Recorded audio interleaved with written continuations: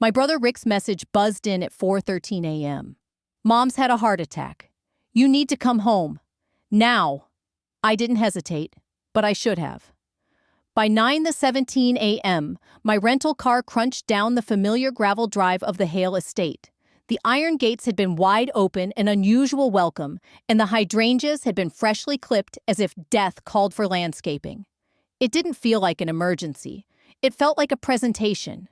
10 years. That's how long it had been since I left this place, with nothing but a suitcase, 2 cracked ribs, and a vow never to come back unless someone was dying. Apparently, they figured out how to stage even that. Fog hung in the air, low and damp, coating the windows in a silver sheen. The house stood like a preserved mausoleum, pristine, symmetrical, and cold. A row of jack-o'-lanterns sat perfectly aligned on the porch steps. Cute, curated grief. I knocked before entering. The heavy front door groaned open with theatrical slowness, and Rick appeared almost immediately, too fast for someone supposedly at his mother's deathbed. His arms were open, his eyes just moist enough. "Maggie," he said with performative relief. "You came. Finally." I didn't answer right away. I glanced past him into the hallway. No signs of distress, no rushing nurses, no overturned furniture, just the same beige rugs, the same artless art, and the familiar chill in the air. In the sitting room, Susan reclined on the chaise longue like a frail Victorian widow. A blanket was draped perfectly across her knees, her hands curled delicately around a porcelain teacup. The tea was steaming. Her cheeks were pink. "Maggie, sweetheart," she cooed. "So glad you came so quickly. It was just a scare. The doctor said it might have been a mild arrhythmia. Nothing invasive, just rest, just rest. No oxygen tank, no IV, no monitor, not even a nurse on standby." "I thought it was a heart attack," I said slowly, narrowing my eyes at Rick. He shrugged. "It's better to overreact with Mom. You know how sudden things can get." George entered from the study, his presence sucking the warmth out of the room. "Now that the family is all here, maybe we can finally have a productive discussion about the estate." The estate? Of course. Nothing said family emergency like a premature probate meeting. I walked through the kitchen under the pretense of making tea. But my eyes were scanning. No pill bottles. No ambulance slip on the counter. In the trash, a full bottle of aspirin still sealed. I opened the bathroom drawer monitors for heart rhythm still in their packaging. I checked the linen closet. No medical paperwork. No discharge documents. If there was a hospital involved, it had been invisible.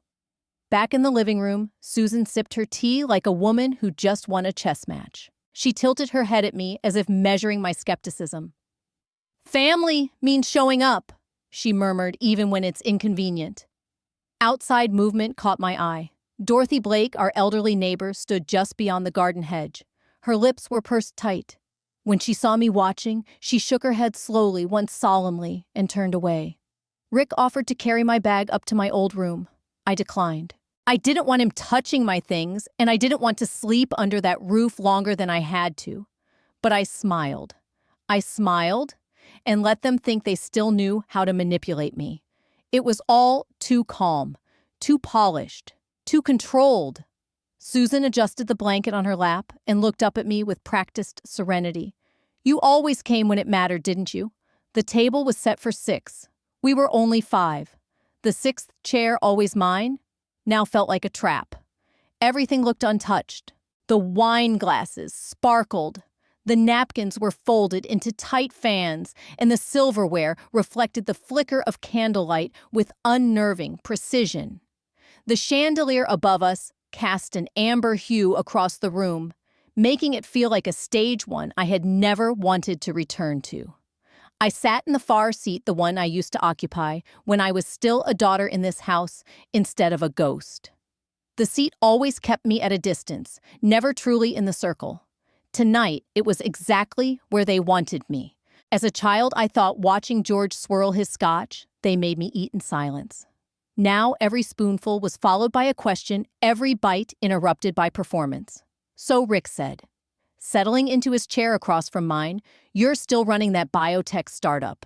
Still surviving. I didn't look up from my soup. Thriving, actually. Susan gave a smile that didn't quite reach her eyes. That world must be so stressful. Startups come and go so quickly. All that science. All that pressure. I worry about you. I'm doing fine. Of course, George said with the faintest smirk. But just out of curiosity, do you have a financial cushion? In case the market turns? The air in the room shifted. The tartness of the vinaigrette on my salad suddenly felt too sharp. Rick raised his glass. Maggie always lands on her feet. Though, startups can be unpredictable. The subtext hung heavy. I glanced down the table. Kate was already halfway through her wine. She hadn't said a word since she walked in her silk blouse, pristine, her earrings glittering when she turned her head slightly, just enough to observe, not enough to interfere. We were hoping to sit down, with Edmund. Rick continued casually reaching for the breadbasket. Just to finalize some updates to the trust. I set my fork down slowly. I wasn't informed there were changes. Small ones, George said. Technicalities. Streamlining some language to make everything easier. Susan sipped her wine delicately. Edmund's away on business, of course, but he left clear instructions. And I'm sure you'll find everything in perfect order, Kate finally spoke. Why now? Her voice startled me more than the question. Rick shot her a look, but she didn't flinch. Because Rick said evenly, we're all here. It just made sense. I leaned back slightly, taking in the room, the heavy portraits of ancestors, glaring down the family crest on the mantel, the cold presence of formality masquerading as warmth. I assume you'd like me to sign something. Rick pulled a leather folder from the buffet behind him and placed it beside his plate. Just a few things. We thought, since you're here trapped, I thought, we might go over them after dinner.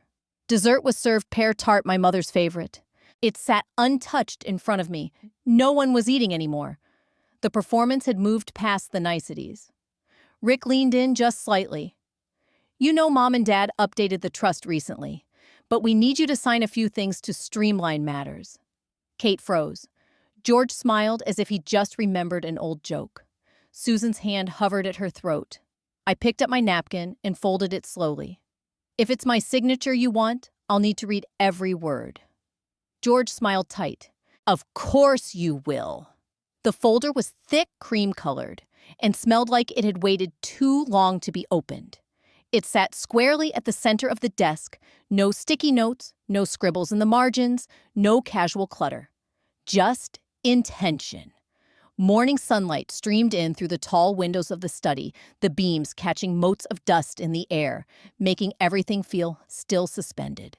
The same room where my father once told me, without irony, trust is earned in writing. I suppose now he believed it could also be taken that way. Rick loomed nearby, arms crossed, an untouched mug in hand.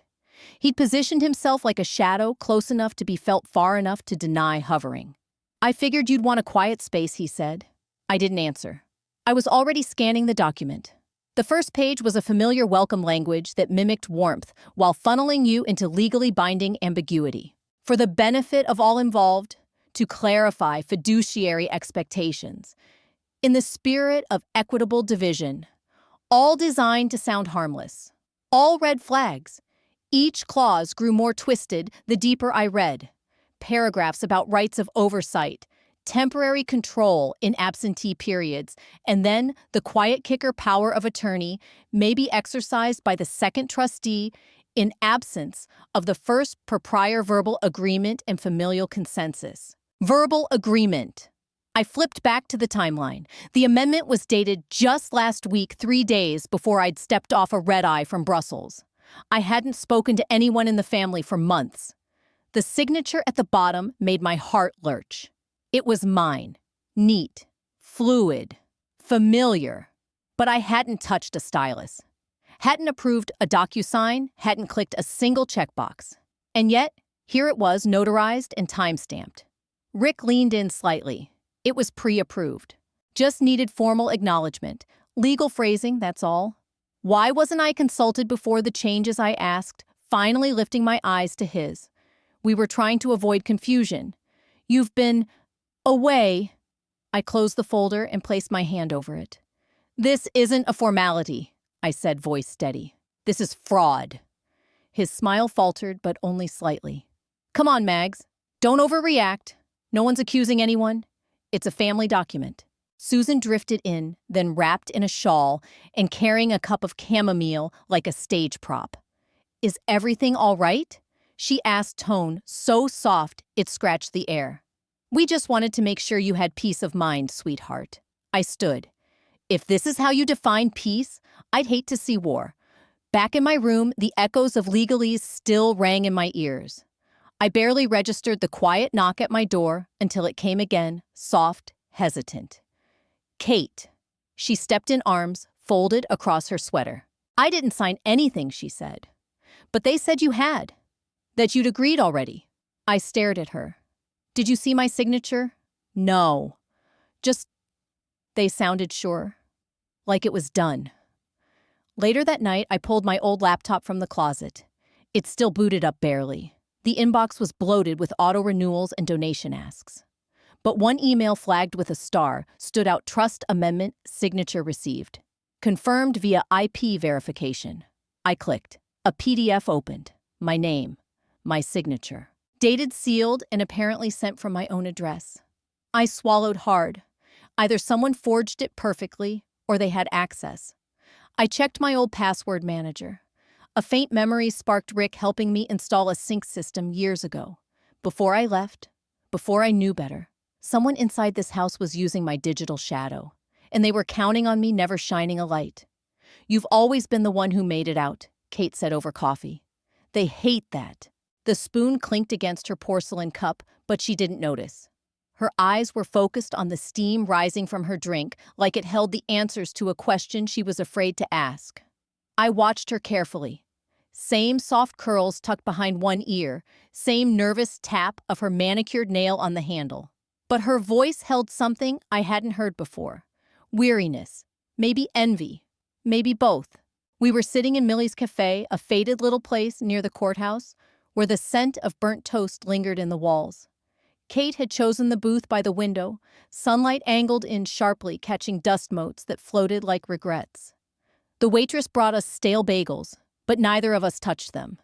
I didn't run, I said finally. I escaped. Kate winced. You say that like we all chose to stay. I leaned forward. Didn't you? She bristled, but didn't argue. That was Kate's way. Never confront, just withdraw. George must have trained it into her early. Silence meant obedience, and obedience meant survival. She adjusted her scarf and glanced toward the door. Dad asked me to co-sign something a few weeks ago. Said it was just a backup, in case anything happened to you. I blinked. A backup? He said you'd already signed. That it was just formalities? She paused. But I never saw your signature? My stomach clenched. What exactly did you sign? She looked down. I didn't. Not yet. Dorothy Blake entered the cafe just then. Her presence cut through the air like a gust of wind on a still lake. She wore her burgundy coat, the one with the fraying sleeves, and her silver hair was pinned back in a tight bun. She didn't speak until she was close. I thought I might find you here, she said, slipping something under my napkin. This family's good at rewriting history, but paper doesn't forget. Before I could respond, she turned toward the counter and ordered her usual black coffee, no cream. Kate avoided my eyes. I unfolded the slip beneath my napkin. Dorothy's handwriting was neat and deliberate. 1998 North Boundary. Land deed. Walter Prescott has the original. I inhaled sharply. That parcel. My grandfather had promised it to me the year before he died. I remembered the way he said it over apple pie one afternoon. That land'll be yours, Maggie. Yours to build something that matters. They reassigned it, I murmured. Kate's voice was barely audible. They said you'd forgotten about it. I never did. She hesitated. Then you should go check. But be careful. You're stirring things up again. I stood. Maybe they need to be stirred. The drive back was quiet, but my thoughts screamed. In the office, I combed through drawers until I found the land deeds tucked in a green folder labeled Historic Parcels. I flipped through the pages until I reached Parcel 17B. There it was, a deed notarized in 1998, signed by my grandfather. My name clearly marked in cursive ink, but clipped behind it was a new document dated 4 months ago. My name had been scratched out with deliberate blue ink strokes. In its place, Rick Hale. Witness signature illegible. Not Dorothy, not Kate, someone I didn't recognize. They were covering their tracks. Poorly. I pulled out my phone and snapped photos of both versions. I'd need help verifying authenticity. Walter Prescott, my grandfather's old lawyer, would remember, if he was still alive and willing. But more than that, I needed to keep moving. Quietly, strategically. The house had ears, and I had no doubt George had already started asking questions. I stood in the doorway of the office for a moment, watching dust swirl in a ray of late autumn light. 10 years, and they were still trying to erase me. But I was done being erased. Back at the estate, Maggie finds a notarized deed. Transfer her name scratched out in blue ink. You're still listed as primary contact for your grandfather's overseas holdings, Sam said. And someone's trying to access them. The words echoed in the small, preserved stillness of my old bedroom. Everything looked like it had been frozen in time, the floral wallpaper, the ballerina figurines on the shelf, the books untouched. As if my parents wanted a shrine, not a daughter. I sat on the edge of the bed, the comforter too pink, too perfect. My hand clenched around the phone. Where's the attempt coming from? I asked. Scrubbed through a VPN, but the pattern suggests someone stateside. Not random. It was a coordinated burst, 4 attempts in under 30 minutes, all around 3 a.m. Your time. I swallowed. What were they trying to access? The legacy account Frederick set up in the Caymans. Remember the one he told you about when you were 21? I did. He called it my anchor. The only trust you need, he used to say, is the one that doesn't depend on people who pretend to love you. That conversation came rushing back now with an icy edge. I'll be on the red eye, Sam continued. We'll go through the full asset trail together. I still have copies of the original signatures. I stood, my mind buzzing. The ledger's still here, I murmured. The blue one. Sam let out a breath of relief. Then we've got leverage. After we ended the call, I didn't move for a full minute. The silence in the house was strange, thick like insulation hiding rot. Then I walked toward the corner of the room, crouched down by the dresser, and lifted the vent panel. Behind it, the floorboard gave with a familiar creak. My fingers found the wrapped bundle easily, Grandpa's ledger tucked away in a faded cloth. The weight of it comforted me. It smelled of dust and ink and legacy. I opened to the first page, the lines of entries in his tiny, precise hand. Assets, transfer logs, estate outlines, and then something strange, 2 major entries missing. One was a property in Aix-en-Provence, another a 15% stake in a Belgian solar energy startup. Both had been discussed the last time I saw him. They weren't just omitted, they'd been erased. Was it possible someone had gotten to this too? The door creaked behind me. My head snapped up. Everything okay in there? Rick's voice was casual. Too casual. I kept my tone even. Just organizing old papers. A pause. Let me know if you need help. Then footsteps faded. I waited until I could no longer hear him, then took out my phone and began snapping each page, uploading them to the encrypted folder Sam had once set up for me during our brief time as partners in work and briefly in something else. Back then, I thought he was too cautious. Now, I saw it for what it was: foresight. On the last page, something caught my eye. Scribbled in the margin in smaller handwriting, definitely not Grandpa's, were the initials DB Dorothy Blake. I sat back. She'd given me that note at the cafe, told me to look into land deeds. And here she was again, tucked into the margins of a financial relic. What did she know that I didn't? My pulse was quickening now. The circle of silence around me was cracking. The offshore login attempt, the missing entries, Rick's strange hovering, George's need for signatures, and now, Dorothy's name threaded into a page that no one should have touched. It was too much to be coincidence. I zipped the photos into a secure folder and sent the backup to Sam with a coded label we used years ago. Raven 9. I paced for a while after that, in tight loops. My reflection in the mirror looked unfamiliar, older, sharper. Maybe this was who I became after betrayal. Not colder, just done. Being prey. The sound of the wind outside rattled the window pane. I caught my breath, calmed the trembling in my hand, and picked up my phone one last time. Help. I sent it to Dorothy. No signature. Just the word. She'd understand. Inside the spine of Grandpa's old ledger was a folded map with 3 addresses circled in red. None of them were the Hale estate. For a long moment, I just stared at it, running my finger over the aged creases. The ink had faded, but Grandpa's handwriting was unmistakable. 1 circled property was in town, 1 on the outskirts, and 1 miles north tucked into the hills. All 3 names sounded vaguely familiar, like stories whispered behind closed doors. Grandpa once told me they'll circle like vultures when I'm gone. Follow the map, not their noise.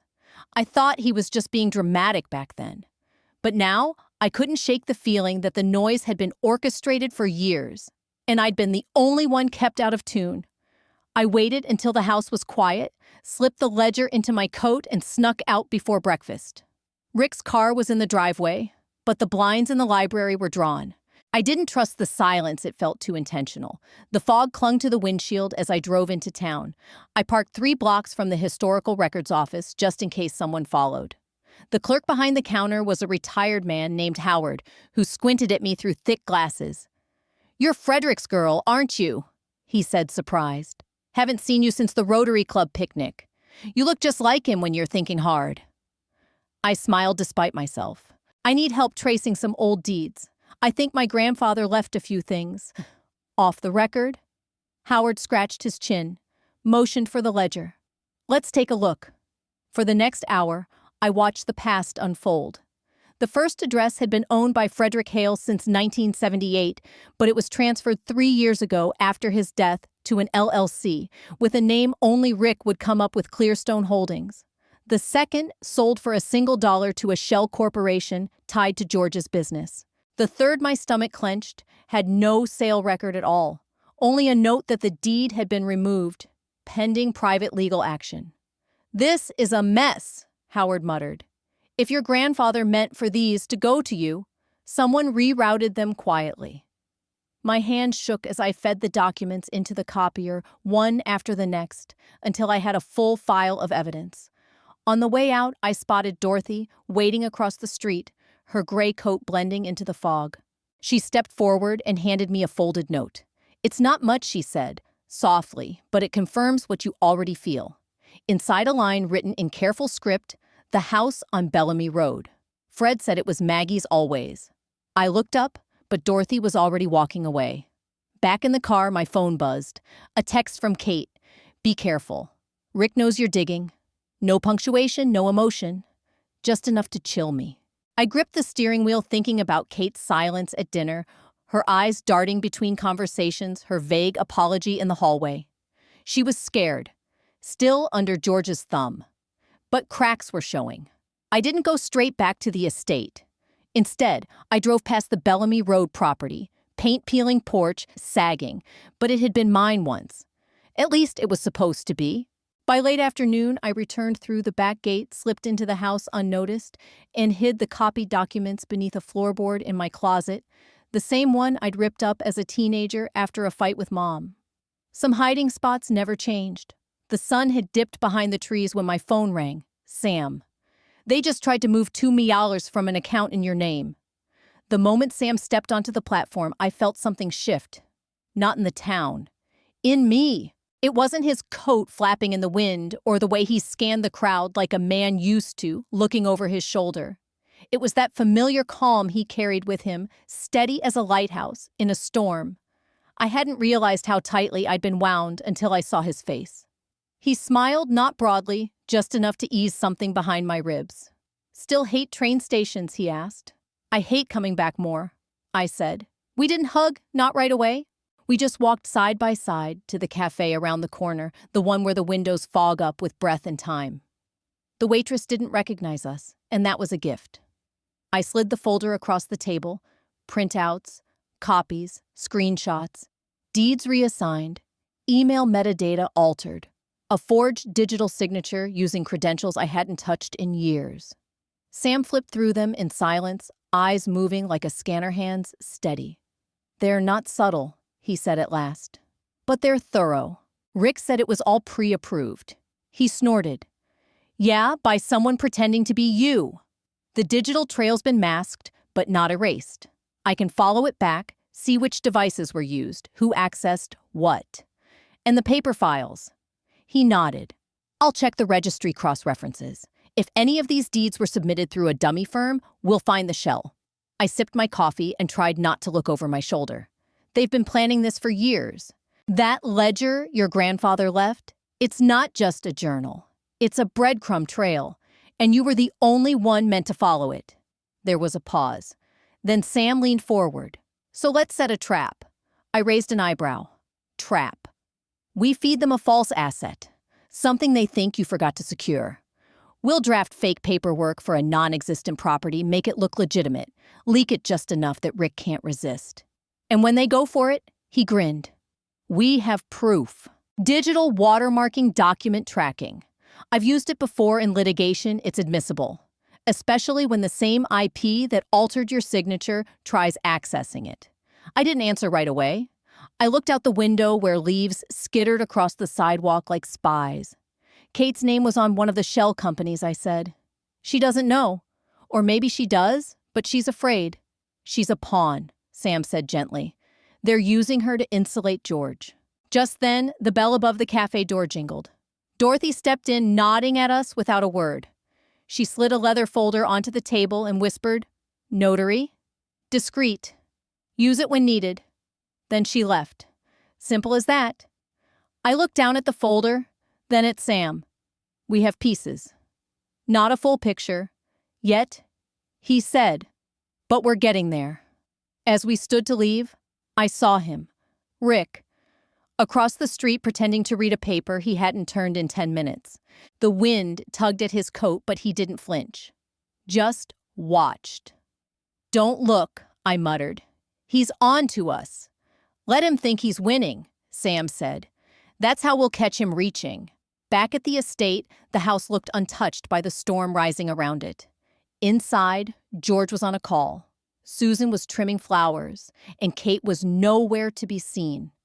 I moved through the rooms like a ghost of myself, invisible and listening. Upstairs in the room, they preserved like a shrine to a version of me that never existed. I opened my laptop. Sam had emailed me the dummy documents. The names were realistic, the numbers precise. It would look irresistible to anyone greedy enough to bite. And there it was, Kate's name listed as co-owner on a dummy holding company tied to George. I whispered into the dark, "They've made Kate their scapegoat." Susan's invitation came in gold-embossed cardstock family dinner. Mandatory. No RSVP option. I turned it over in my hands. Twice, hoping to find a hint of warmth that wasn't there. Not even a signature. It felt like a commandment, not a request.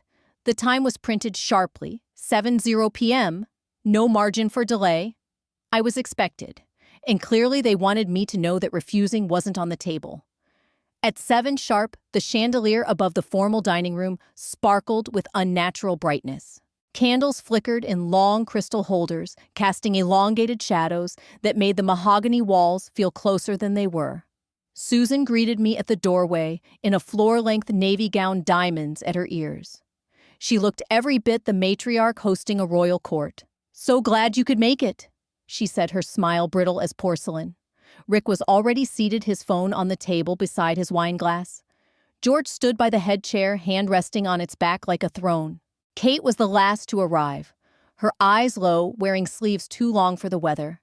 The 6th place setting mine was placed directly across from George. A challenge, not a courtesy.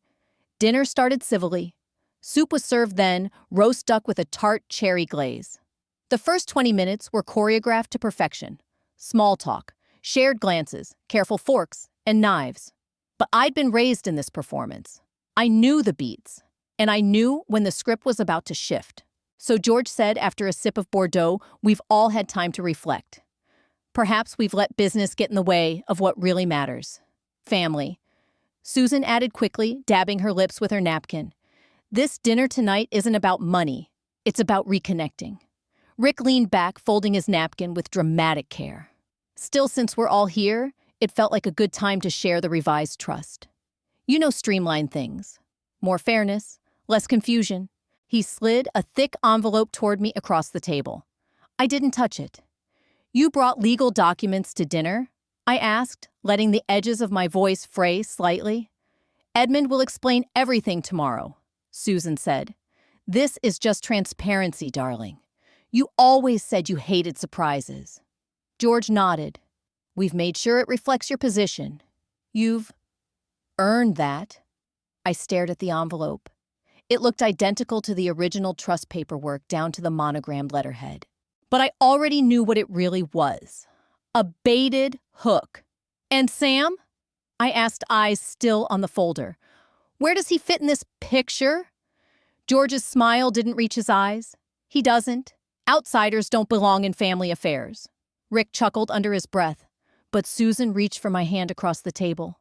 We're trying, Maggie. We've opened our home to you again. Let's not poison that with old resentments. Kate's fork scraped softly against her plate. Her hand trembled. I caught her eye just long enough to see the apology she couldn't say out loud. I appreciate the gesture, I said evenly. I'll read it carefully. Dessert arrived meringue and whipped cream overly sweet. I asked to freshen up before we wrapped up. Once out of sight, I stepped into the side hall, removed the original envelope from my coat, and made the switch. Sam's decoy was flawless, matching weight, matching seal. Back at the table, I handed the fake document back to Rick. I'll sleep on it, I said with a smile. But thank you. He raised his glass in silent toast. Kate's eyes dropped again. Later that night in my room, I opened my laptop. Before I could even message Sam, my phone vibrated on the nightstand. A single text blinked across the screen. They already sent your signature to the lawyer. And you didn't sign it. I have proof you didn't sign, that Sam said. But it won't matter unless we expose it publicly. His voice was calm, but urgency simmered underneath. He stood by the window of my old bedroom, arms folded, eyes flicking between the screen and the flash drive in his hand. I nodded slowly, though my chest felt like a clenched fist. Exposure meant war, and I had just begun to sharpen my weapons. I sat back on the edge of the bed, clutching the laptop like it was armor. On the screen, a digital signature hovered beside a legal deed, dated, time-stamped, and marked with my name in looping strokes. The problem I had? Never signed it. This signature, Sam continued, was generated from your old cloud account. Metadata says it was accessed last Tuesday, while you were here, while your phone was off. I swallowed. Rick. It had to be him. Dorothy arrived not long after, coat dusted with leaves, face pale but determined. She stepped inside, like someone crossing a line she'd promised herself she never would. In her hand was a manila envelope. I wrote down everything I remember from when your grandfather spoke about his wishes, she said. I'm willing to sign it. I kept a few of his letters too. I didn't thank her aloud. I just took the envelope and held it to my chest. There wasn't time for sentiment. We worked through the night. Sam set up his microphone and camera while I printed out old correspondence clipped copies of deeds and compiled statements. At 1:32 a.m., I recorded my declaration formally, solemnly, staring dead into the lens. My name is Margaret Hale, I began, and the following account is both true and sworn. The words spilled out colder than I'd expected. I explained the forged signature, the property reassignments, the suspicious digital access. My voice didn't tremble until I spoke Frederick's name. I glanced around the room between takes, trying to remember when it stopped feeling like mine. My old books still had scribbles, but felt like someone else's memories.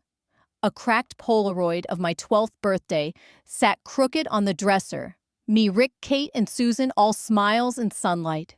It made me uneasy. Keep going, Sam said gently. In the final recording, I didn't stutter.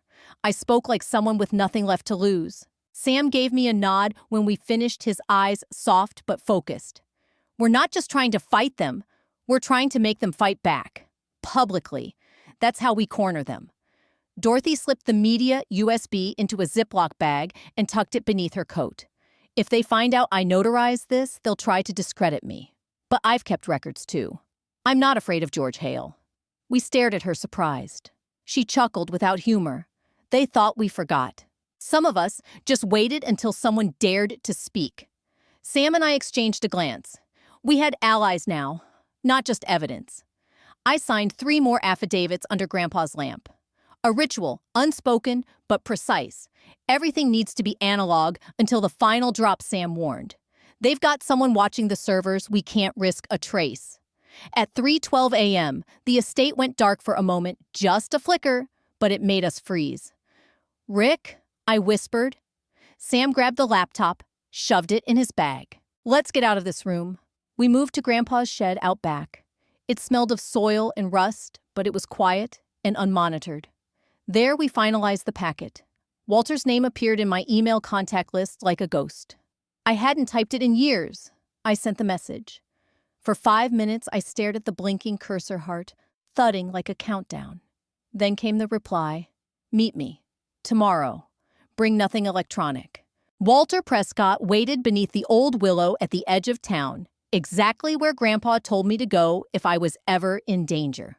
The wind tugged at my coat as I approached the tree, its long branches swaying like they remembered too much. Walter stood with both hands resting on a briefcase, his coat buttoned high against the cold. He hadn't changed much, still precise, still grave, still carrying the weight of secrets too large for courtrooms. "I wasn't sure you'd come," I said quietly. "I always knew you'd need to," he replied. Frederick made certain of it. We sat on the weather-worn bench beneath the willow. Walter placed the briefcase between us like it was sacred. Before he died, Frederick gave me something. Told me not to release it unless 2 things happened. 1, you came here.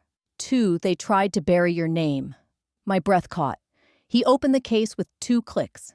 Inside a sealed envelope, a voice recorder, and several notarized documents. "This," he said, placing the recorder in my hand, "is your grandfather's spoken will, the one no one else knows about. It's not legal in every court, but it is persuasive." The weight of the recorder felt heavier than it should. Walter continued. "They've already tried to suppress the trust's original amendments. The problem for them is Frederick anticipated betrayal, and he didn't trust Edmund." I looked at him sharply. "Yes, your family lawyer, he's been under George's thumb for years. Frederick told me as much. That's why he made a failsafe." Walter handed me another envelope. Inside were signatures, handwritten codicils, even a list of security box numbers registered in my name.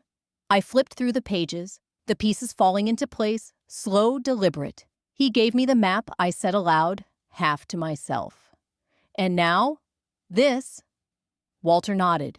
"It's all connected. The properties, the offshore accounts, even the timing. You weren't meant to find it all at once, just when you were strong enough to fight." I felt Sam watching from across the park phone, in hand eyes sweeping for signs of surveillance. His presence was a silent promise I wasn't alone anymore. A text buzzed in my pocket. "Kate, be careful. They're restless." Walter's eyes darkened. "They'll come harder now, because now they're scared." We stayed under that tree until the shadows stretched long and the cold began to bite through wool. Walter handed me the recorder, wrapped in wax paper, then folded my fingers around it.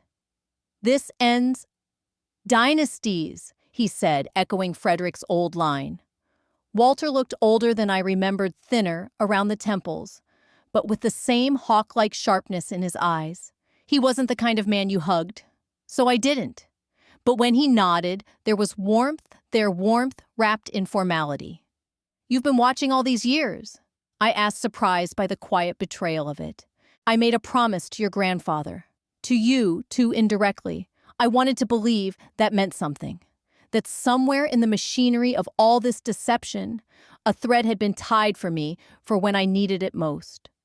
The recorder in my hand pulsed with possibility. Walter leaned back, adjusting his coat. "Your grandfather dictated this just 3 months before his final stroke. He knew he was fading. He also knew George and Rick had already begun there, Appropriations. I let that sink in. Appropriations. It was such a polite word for theft. Why didn't he tell me directly, I asked, not keeping the sting from my voice. He didn't want to put you in the line of fire until you had leverage. That's what this is. Leverage. Legal or not, it's truth. And when truth walks into a courtroom, wearing Frederick Hale's voice, people listen. My fingers clenched around the recorder.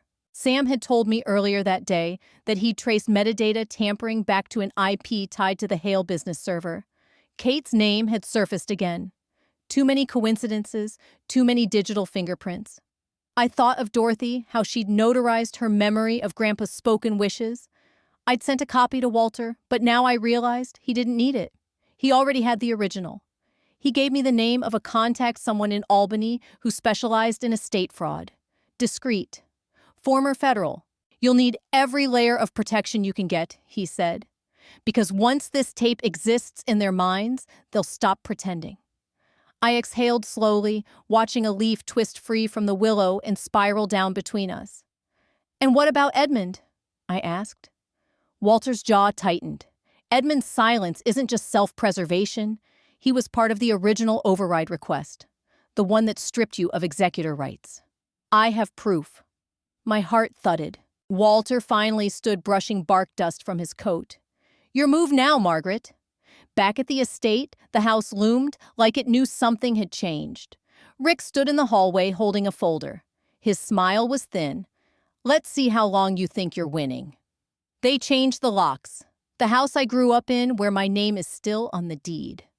The iron gate didn't even creak this time. It opened as if it had been oiled just for me to let me in and spit me out. Gravel shifted under my boots, crunching the silence of the early morning. Fog coiled low across the lawn, licking the marble steps of the Hale estate like a warning. I walked up the porch and tried the front door, knowing before the latch resisted that something had changed. My key caught, then jammed. I jiggled it again harder. Nothing. A new deadbolt. The kind you can't get at any hardware store. The kind you install when you want someone to know they're not welcome. I knocked once. Then again, louder. Rick answered, of course. He leaned against the doorway, his shirt crisp hair, wet like he'd just showered off the guilt. Margaret, he said, voice light. We weren't expecting you. I looked past him into the home where I'd learned to measure silence like currency. I see you changed the locks. Family decision, he said, smile tightening. The past few days have been disruptive. We needed to reset the tone. Susan drifted into view behind him. Robed in pale blue silk, she cradled a teacup like an invalid queen. You poisoned everything, Margaret. That video, you've humiliated us. I didn't flinch. It wasn't doctored. It was his voice. Susan's knuckles whitened. You always had a way of twisting what was real. My eyes flicked upward. Kate stood at the second-floor window, barely visible behind the curtains. Her eyes met mine just for a second before she turned away. I stepped back from the porch, pulled my phone from my coat pocket, and stared at the icon waiting on the home screen. Sam had drafted the message days ago. All I had to do was hit send. To Aaron Tollefson, the subject line read, Frederick Hale. Video will for immediate release. I tapped the button. There was no flash of lightning, no grand noise, just the low vibration of my phone confirming what couldn't be undone. Frederick's final words were now in the hands of the press. Sam called seconds later. You okay? They locked me out, I said. A pause. Then you did the right thing. At Dorothy's house, the TV remained on mute, the news ticker crawling with unease. I stood in front of the screen, watching the internet do its work. Less than an hour later, the Tribune's homepage changed. Granddaughter locked out after will dispute family legacy questioned. A photo of Grandpa flashed beside it. The video played silently, his voice mouthed words only I could hear by heart. To my granddaughter Margaret Hale, the only one who never took from me, I leave the final decisions. Dorothy appeared beside me, her expression unreadable. You've started a fire, Maggie. I'm not putting it out, I said. Another buzz. A message from Kate. Just a dove emoji. No words. But it was more than I'd gotten before. Then Rick's face filled the television screen. He stood on the steps of the very house I had just left, flanked by Susan and George. Reporters shoved mics toward his chest. That video, Rick said, voice smooth, was doctored. My sister has had episodes. It's sad, but we're seeking legal recourse. I leaned forward, watching his lies settle into the air like fog. You want war, I whispered. Now you've made it war. Frederick didn't just leave me memories. He left legal teeth with my name carved into them. Prescott and Hale hadn't changed much since I was a teenager, running errands for Grandpa in the summers. The reception area was now a ghost town. A few flickering fluorescents buzzed overhead, and the scent of leather-bound files and floor wax made the place feel less like a firm and more like a museum. I followed Walter Prescott down a narrow hallway toward his office, his steps slow but steady. He didn't say much, only unlocked the door with a small brass key that had worn through the leather of his keychain. The office itself was preserved in amber mahogany furniture, dust-coated plaques, and windows half covered with time-yellowed blinds. I assume you're ready, he said, gesturing to the seat opposite his desk, because what I'm about to show you changes everything. From a concealed drawer beneath the bottom file cabinet, he retrieved a slim, cream-colored envelope. Its seal was cracked with age, but still intact. Across the front, in Frederick's unmistakable handwriting, to be opened if she returns. Walter slid a letter opener beneath the flap and unfolded a single sheet of legal parchment, handwritten, then notarized. I leaned forward, my pulse louder than the rustling paper. This is your grandfather's offshore will, he explained.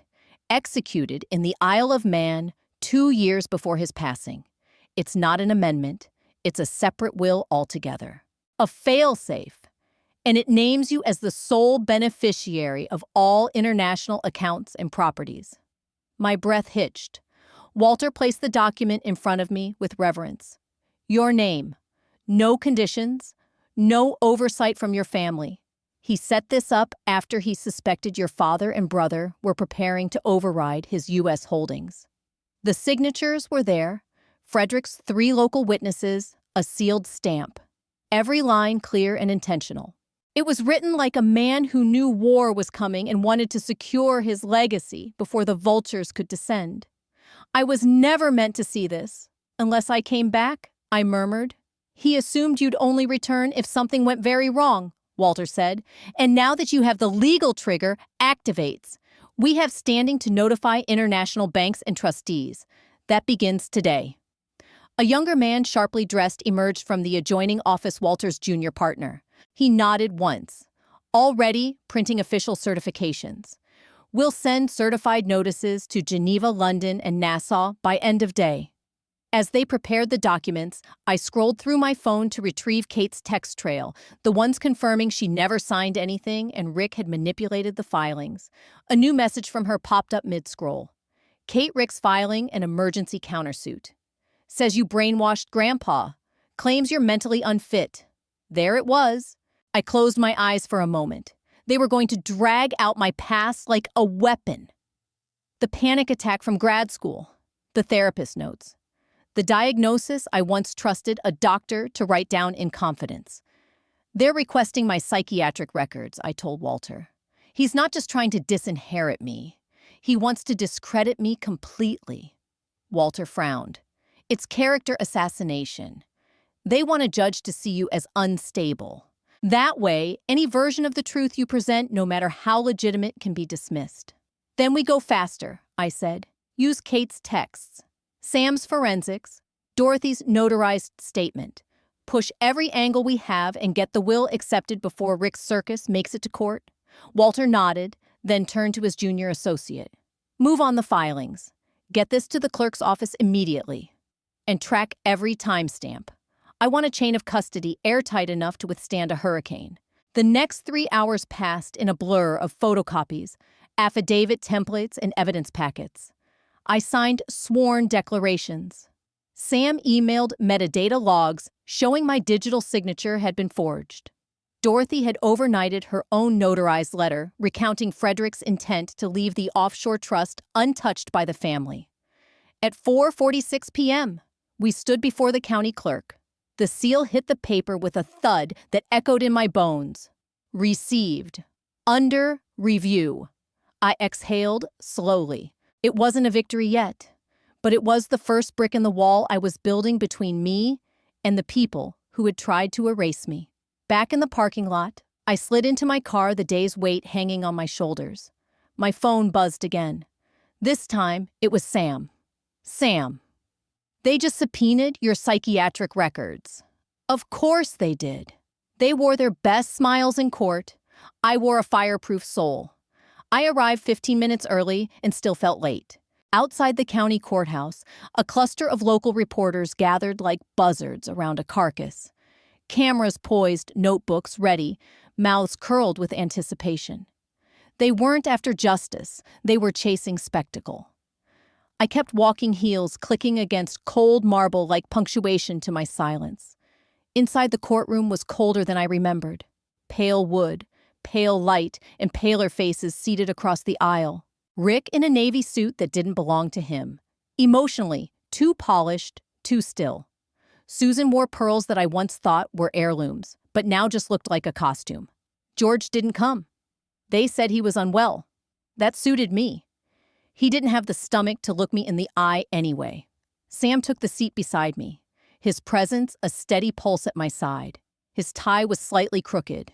He never noticed things like that. But I did. I noticed everything now. I had to. Rick's lawyer stood first. His tone was smooth, too rehearsed. Ms. Hale has a history of mental fragility. He began as if reading my obituary. It's unfortunate, really, how unresolved grief can distort memories. And motives? I almost smiled. This was their first move. Character assassination. Walter rose calmly, brushing invisible dust from his sleeve before speaking. We will not dignify unfounded insinuations, he said, voice steady. Instead, we submit the following, a notarized video will by Frederick Hale, dated authenticated, and stored securely with Prescott and Hale LLP for over a decade.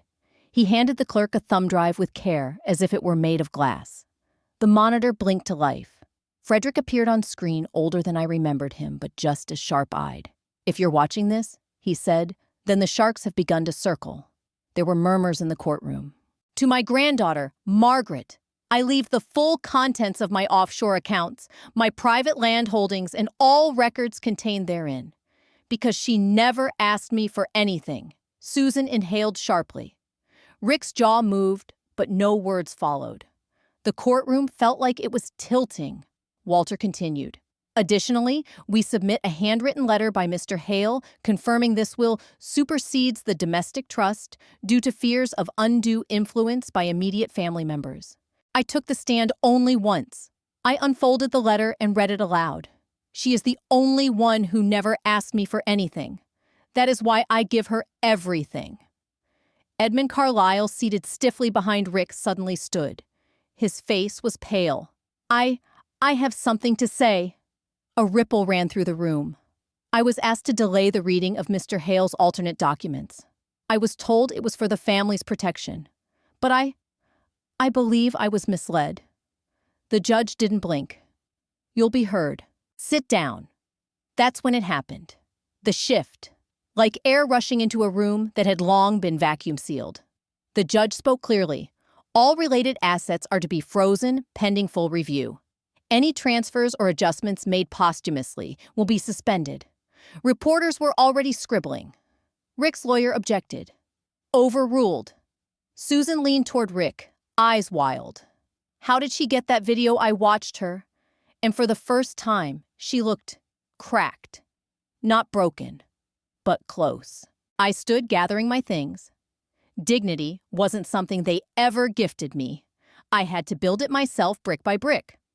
On my way out, I passed Susan near the courtroom door. She leaned in, voice like ice melting under flame. You may win the court, but you'll never win family. I didn't respond. I didn't have to. Because in that moment, I realized she was right. And I didn't want to. While they fought over what he left them, I walked into the home he built for me, deed in hand. Lakeview Ridge was even quieter than I remembered from childhood summers. No voices, No accusations, just the rustle of dry maple leaves skimming across the gravel as I stepped out of the car. The trees bowed in gold and rust, and the lake shimmered at the edge of the horizon, like it had been waiting for someone to return. The house wasn't grand. Not like the Hale estate with its sterile chandeliers and suffocating rules. This one had cedar siding, green shutters faded by years of sun, and a porch swing that creaked softly in the wind. And taped beneath the old rusted mailbox was a small silver key, exactly where Grandpa said it would be. Inside, the air smelled like thyme and dust and pine. I moved slowly, fingers tracing the edge of the hallway, pausing at framed photos of Frederick, fishing, laughing, building. There was no trace of the rest of the family here. No Rick, no Susan, no shadows of a legacy built on control. This was his truth. And now, it was mine. In the kitchen drawer, I found the first envelope, folded thick, worn at the corners. Inside was a letter in Frederick's crisp hand. "Margaret, if you're here, then it means you've survived more than I ever wanted you to. This home was always meant for you, not because of what you've done, but because of who you are when no one is looking." Tears prickled, but didn't fall. I'd shed enough. What I felt wasn't sorrow, it was a release, a widening of the chest I hadn't felt in years. Sam arrived mid-afternoon with 2 paper bags, tools, and coffee. "This place looks like it remembers love," he said, setting down a toolbox beside the entryway. We worked side by side, installing a basic security system, not speaking much. There was comfort in the quiet labor, in knowing someone had chosen to stay. Later, we sat on the porch swing together. The wind brushed my face, lifting strands of hair away, like it wanted to see me more clearly. Dorothy appeared around 4, holding a bouquet of sunflowers. Her eyes scanned the porch, then settled on me. For a moment, she didn't speak. She just hugged me tight like someone who had been waiting too long to do so. No one had hugged me like that since I was 8 years old. As the sun dipped behind the lake, I noticed a small envelope on the doormat postmarked the day before. It was from Kate. "I couldn't stand with you in court," the note read, "but I will never stand against you again." The handwriting trembled across the page. I folded it gently, placing it beside Frederick's letter. Back inside, I climbed the stairs and found a final envelope in the upstairs bedroom drawer, labeled in his handwriting, to be opened when the noise fades. Inside was a single sentence. "You don't need their permission to belong." I held it for a long time. Then Sam's phone buzzed. He read the message and turned to me slowly, eyes wide with something that looked like joy-tempered, careful joy. "The judge just ruled. You won. They used to walk into my home like they owned it. Now they knock, and I don't answer." The autumn breeze filtered through the open windows, carrying the scent of cinnamon and wood smoke. Candles flickered on the mantel. Soft laughter echoed from the kitchen, where Dorothy and Sam were assembling a makeshift charcuterie board, half arguing over the cheese-to-cracker ratio. It was nothing fancy, just comfort. And it was mine. The house looked different now. The walls, once pale and bare, were now painted in soft sage and ivory. New bookshelves lined the study, filled not with inherited law journals, but novels, journals, and framed photographs I had chosen. Every room held a memory I made free of expectation, untouched by legacy. I lit the final candle on the table and sat down with my mug. Dorothy poured mulled cider into 3 ceramic cups, and Sam raised his in a quiet toast. "To endings that free us." We clinked glasses gently. I smiled, not from performance or pressure, but from ease. Then I tapped my phone. "There's one more guest," I said, and pressed play. Kate's voice filled the living room. She sounded shaky but deliberate. "I'm sorry, Maggie, for everything I allowed. I didn't stop them. I wasn't brave then, but I'm going to be now. The cycle ends with me. If I have a daughter someday, she'll know your name not as the one they erased, but the one who walked away whole." Dorothy quietly wiped her eyes. Sam just nodded, letting the silence say enough. A knock came at the door, not loud, measured, calculated. I didn't need to look. I knew the cadence. Rick. He didn't call out. He didn't try the knob. He just stood there. I took another sip of cider. The laughter in the room didn't falter. Sam poured a fresh glass and passed it to Dorothy like it was just another evening. For a moment, I stared at the entryway. The brass handle gleamed under the hallway light. I remembered how he used to barge in, how my parents would follow with demands disguised as concern. Now the silence from that side of the door said everything. Later that evening, after everyone had gone, I wandered into my study and sat at my desk. On the screen was the last remaining draft email I had never sent, addressed to Susan and George, full of pain, of questions, of the kind of yearning I no longer carried. I stared at it for a long moment. Then I hit delete. No hesitation, no ceremony. Just closure. Outside, the wind stirred again, rustling the branches like distant whispers. I stepped onto the porch, pulling my cardigan tighter. The lights from inside pooled warm behind me. Ahead, only the soft hush of leaves and possibility. This time, I get to write what comes next. Thank you for reading my story. If you felt the sting of silence where there should have been love or found strength when no one clapped for your survival, then maybe like me, you're no longer waiting for permission to heal. I didn't fight to be better than them. I fought to be whole on my own terms. If my journey stirred something in you, I'd love to hear your thoughts. What would you have done at that door? Drop me a comment. Share your advice for others, walking away from the noise and toward peace. We write the next chapters together.